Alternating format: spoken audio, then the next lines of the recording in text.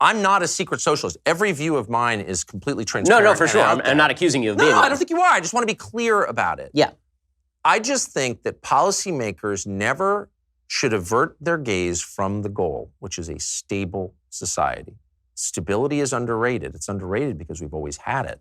So it's almost like, you don't appreciate a friend until he dies. And you're like, oh man, I wish I'd, told him I loved him or whatever. We've had, with a 4-year exception, almost continuous social stability, the strata upon which we built our economy and our civil society. All of that was possible because we had a stable society. We had a middle class that was the majority.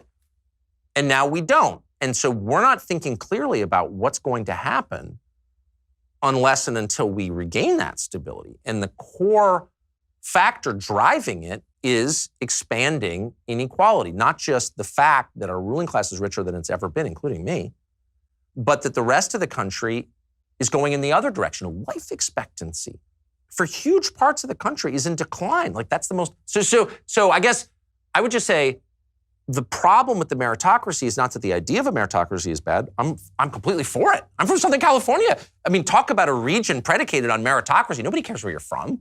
You know what I mean? It's like, what can you do? That's right. That is a core belief of mine.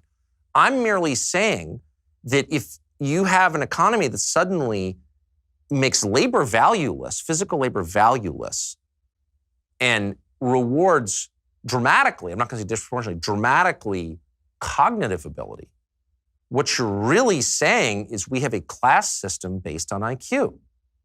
Now, Charles Murray wrote a book on this 25 years ago that included a very controversial race chapter, which he never should have included because it obscured the core point of the book, which is what I just said. Right, and then you wrote Coming Apart, which is basically the book without the race chapter. Exactly. Right? Okay, so you always read it, and it's like actually the most brilliant thing I've read in the past 20 years. Those two books together explain what has happened. We have a ruling class that is becoming impenetrable, actually. You can't join unless you have inequalities that are the kind of price of membership.